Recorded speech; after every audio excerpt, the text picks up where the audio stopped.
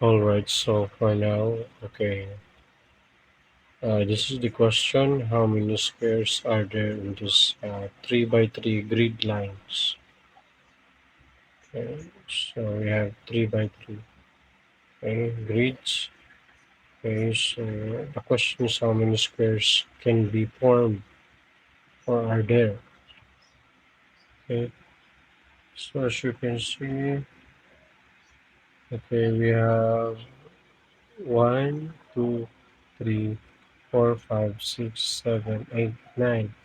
So we can form already 9 squares.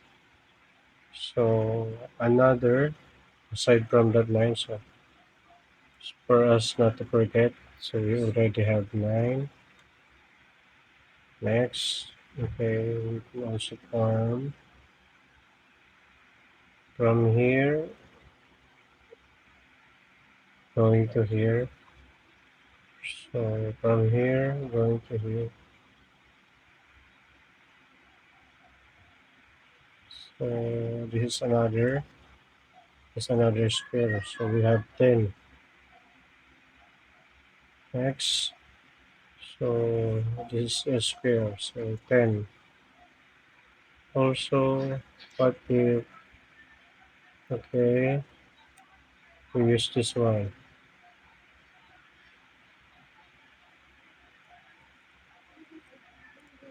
here. So this is 11.